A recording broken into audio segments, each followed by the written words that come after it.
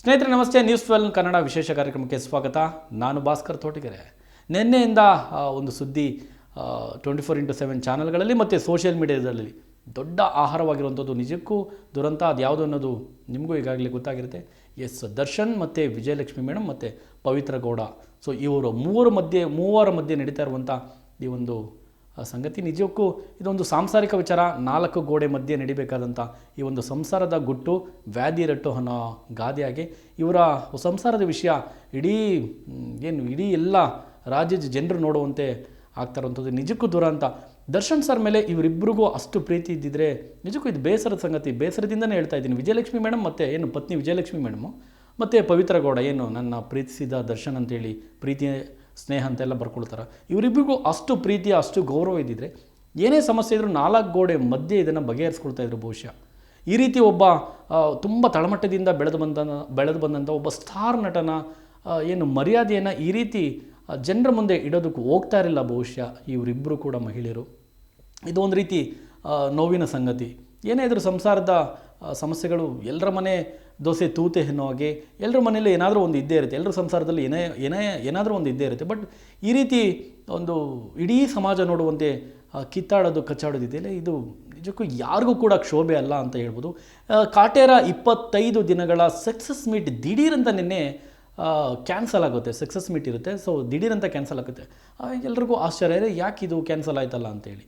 So ಸುದ್ದಿ ಏನಂತ ನೋಡಿದ್ರೆ 24x7 ಚಾನಲ್ಗಳಲ್ಲಿ ಬ್ರೇಕಿಂಗ್ ನ್ಯೂಸ್ ಆಗಿಬಿಟ್ರು ದರ್ಶನ್ ಸರ್.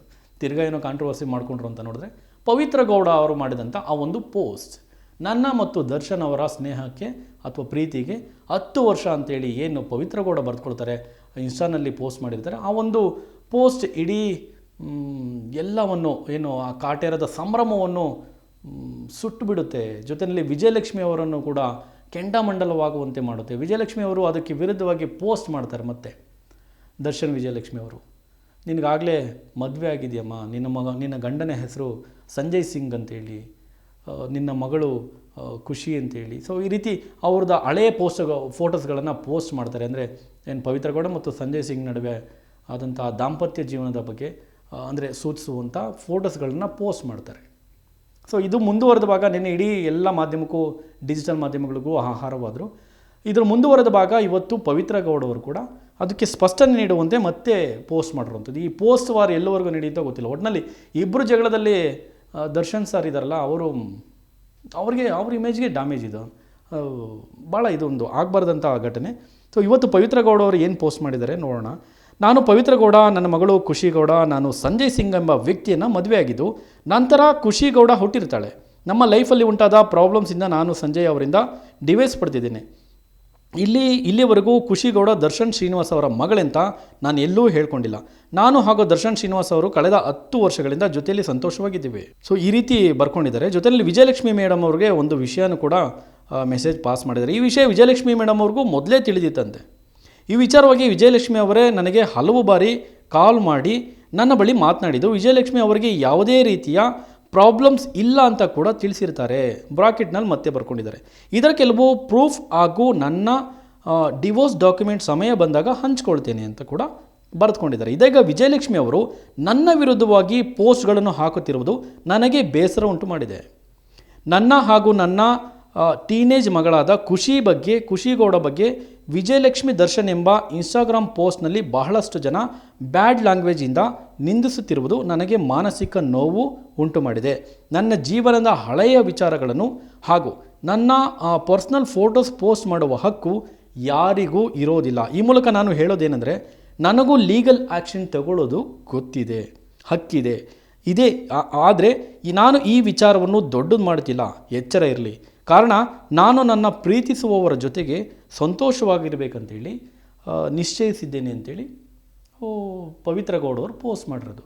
ಆದರೆ ವಿಜಯಲಕ್ಷ್ಮಿ ಮೇಡಮ್ ಅವರ ನಿನ್ನೆ ಪೋಸ್ಟ್ಗೆ ಟಕ್ಕರ್ ಕೊಡುವಾಗಿ ಇದೊಂದು ಪೋಸ್ಟ್ ಮಾಡಿದ್ದಾರೆ. ಹೌದು, ನನ್ನ ಮತ್ತು ಸಂಜಯ್ ಸಿಂಗ್ ನಡುವೆ ದಾಂಪತ್ಯ ಜೀವನ ಇರುತ್ತೆ. ಸಂಜಯ್ ಸಿಂಗ್ಗೆ ಹುಟ್ಟಿರುವಂಥ ಖುಷಿ ಗೌಡ ನಮ್ಮ ಮಗಳು, ಸೊ ಟೀನೇಜ್ ಮಗಳು, ಅದರಲ್ಲಿ ಯಾವುದೇ ಅನುಮಾನ ಇಲ್ಲ ಅಂತೇಳಿ ಬರೆದುಕೊಂಡಿದ್ದಾರೆ. ಆದರೆ ದರ್ಶನ್ ಅವ್ರಿಗೂ ಹುಟ್ಟಿಲ್ಲ ಖುಷಿ ಗೌಡ ಅಂತ ಹೇಳಿ ಕೂಡ ಸ್ಪಷ್ಟನೆ ಕೊಟ್ಟಿದ್ದಾರೆ. ಜೊತೆಯಲ್ಲಿ ಇನ್ನೊಂದು ಆಶ್ಚರ್ಯಕರ ಸಂಗತಿ ಏನಂದರೆ, ಇದು ಯಾವುದೋ ನಾವು ನಿನ್ನೆಯಿಂದ ಏನು ಅಂದ್ಕೊಂಡಿದ್ವಿ, ಈ ಪವಿತ್ರ ಗೌಡ ಮತ್ತು ದರ್ಶನ್ ಸರ್ ಅವರ ನಡುವಿನ ಆ ಸ್ನೇಹ ಅಥವಾ ಪ್ರೀತಿ ಬಗ್ಗೆ ಗೊತ್ತೇ ಇಲ್ವೇನೋ ಅನ್ನೋ ರೀತಿ ನಿನ್ನೆ ಬಿಂಬವಾಗಿತ್ತು. ಬಟ್ ಈ ಎಲ್ಲ ವಿಷಯಗಳು ಕೂಡ ವಿಜಯಲಕ್ಷ್ಮಿ ದರ್ಶನ್ ಅವ್ರಿಗೆ ಗೊತ್ತಿದೆ. ಇದ್ರ ಬಗ್ಗೆ ಕೂಡ ಏನು ಫೋನ್ ಕಾನ್ವರ್ಸೇಷನ್ ಕೂಡ ಆಗಿದೆ. ನನಗೆ ಇದ್ರ ಬಗ್ಗೆ ನಿನ್ನ ಅಂದರೆ ಪವಿತ್ರ ಗೌಡ ಅವರು ಬರ್ಕೊಂಡಿರುವಂತೆ ದರ್ಶನ್ ಸರ್ ಮತ್ತು ಪವಿತ್ರ ಗೌಡ ಅವರ ನಡುವಿನ ಈ ಸ್ನೇಹ ಸಂಬಂಧದ ಬಗ್ಗೆ ನನಗೇನು ಆಕ್ಷೇಪ ಇಲ್ಲ, ನನಗೇನು ತೊಂದರೆ ಇಲ್ಲ, ನನಗೇನು ಪ್ರಾಬ್ಲಮ್ ಇಲ್ಲ ಅಂತೇಳಿ ವಿಜಯಲಕ್ಷ್ಮಿ ಮೇಡಮ್ ಹೇಳಿದ್ದಾರೆ. ಇದ್ರ ಬಗ್ಗೆ ಸಮಯ ಬಂದಾಗ ನಾನು ಇದ್ರ ಬಗ್ಗೆ ಪ್ರೂಫ್ ಕೊಡ್ತೀನಿ. ಜೊತೆಯಲ್ಲಿ ನಾನು ಸಂಜಯ್ ಸಿಂಗ್ಗೆ ಏನು ಡೈವರ್ಸ್ ಮಾಡಿದ್ದೀನಲ್ಲ, ಸೊ ಅದ್ರ ಬಗ್ಗೆ ಕೂಡ ಸಮಯ ಬಂದಾಗ ನಾನು ಡಾಕ್ಯುಮೆಂಟ್ಸ್ನ ಒದಗಿಸ್ತೀನಿ ಅಂತೇಳಿ ಪವಿತ್ರ ಗೌಡ ಒಂದು ರೀತಿ ಗಟ್ಸಾಗಿ ನೇರವಾಗಿ ಹೇಳಿದ್ದಾರೆ. ಏನೇ ನೇರವಾಗಿ ಹೇಳಿದ್ರು ಸ್ನೇಹಿತರೆ, ಇವರಿಬ್ಬರೂ ಕೂಡ ಏನು ದರ್ಶನ್ ಸರ್ನ ಅಷ್ಟು ಪ್ರೀತಿ ಮಾಡೋರಾಗಿದ್ದರೆ 4 ಗೋಡೆ ಮಧ್ಯೆ ಈ ಸಮಸ್ಯೆನ ಬಗೆಹರಿಸ್ಕೊಂಡು ಬಿಡ್ತಾಯಿದ್ರು. ಇಷ್ಟು ದೊಡ್ಡ ಸ್ಟಾರ್ ನಟನ ಮರ್ಯಾದೆ ತೆಗೆಯೋದಕ್ಕೆ ಈ ರೀತಿ ಸಮಾಜ ಮುಂದೆ ಯಾಕೆ ಬರಬೇಕಾಗಿತ್ತು ಅಲ್ವಾ? ಇದೆಲ್ಲರೂ ಕೂಡ ಎಲ್ರಿಗೂ ಪ್ರಶ್ನೆ. ಮತ್ತು ಅವರ ಅಭಿಮಾನಿಗಳಿಗೆ ಭಾಳ ನೋವುಂಟಾಗಿರುವಂಥದ್ದು. ಸಮಾಜದಲ್ಲಿ ಒಂದು ಗೌರವಯುತವಾಗಿ ಬದುಕ್ತಾ ಇರುವಂಥ ಒಬ್ಬ ನಟನನ್ನು ಇವರಿಬ್ಬರು ಕೂಡ ಒಂದು ಸಮಾಜದ ಮುಂದೆ ತಂದು ಒಂದು ರೀತಿ ಬೆತ್ತಲೆ ಮಾಡುವಂತೆ ನಿಲ್ಲಿಸಿರುವಂಥದ್ದು ಇದೇನು ದೊಡ್ಡ ವಿಷಯ ಅಲ್ಲ ಕೂಡ. ಎಲ್ಲರ ಮನೆ ದೋಸೆ ತೂತೆ ಅನ್ನುವಂತೆ ಎಲ್ಲರ ಸಂಸಾರದಲ್ಲೂ ಏನಾದರೂ ಒಂದು ಸಮಸ್ಯೆ ಇದ್ದೇ ಇರುತ್ತೆ. ಸೊ ಹಾಗೆ ಇದು ಕೂಡ ಅಂತ ಅಂದ್ಕೊಳ್ಬೋದು. ಒಟ್ಟಾರೆ ಇದು ಮತ್ತೆ ಮುಂದುವರೆದೆ ಇಷ್ಟಕ್ಕೆ ಅಂತ್ಯ ಕಂಡ್ರೆ ಎಲ್ರಿಗೂ ಉಳಿತು. ಇದು 4 ಗೋಡೆ ಮಧ್ಯೆ ಈ ಸಮಸ್ಯೆ ಬಗೆಹರಿಸ್ಕೊಂಡ್ರೆ ವಿಜಯಲಕ್ಷ್ಮಿ ಮೇಡಮು, ಪವಿತ್ರ ಗೌಡ, ಸೊ ಇವರಿಬ್ಬರು ಕೂಡ ಒಂದು ಅಂಡರ್ಸ್ಟ್ಯಾಂಡಿಂಗ್ ಬಂದು ಒಂದು ಬೇಡ ಮರ್ಯಾದೆ ಕಳಿಬಾರ್ದು ಅಂತೇಳಿ ಒಂದು ವಿವೇಚನೆಗೆ ಕೂತ್ಕೊಂಡು 4 ಗೋಡೆ ಮಧ್ಯೆ ಇದನ್ನು ಮಾತನಾಡಿಕೊಂಡ್ರೆ ಎಲ್ರಿಗೂ ಬಹಳ ಒಳ್ಳೆಯದು. ಮುಂದಿನ ಸಂಚಿಕೆಯಲ್ಲಿ ಮತ್ತೊಂದು ವಿಶೇಷ ಸುದ್ದಿಯೊಂದಿಗೆ ನಾನು ನಿಮ್ಮ ಮುಂದೆ ಹಾಜರಾಗ್ತೇನೆ. ನೋಡ್ತಾ ಇರಿ News12 ಕನ್ನಡ. ನಾನು ಭಾಸ್ಕರ್ ತೋಟಿಗೆರೆ. TV12 ಕನ್ನಡ, ಇದು ಕನ್ನಡಿಗರ ಧ್ವನಿ.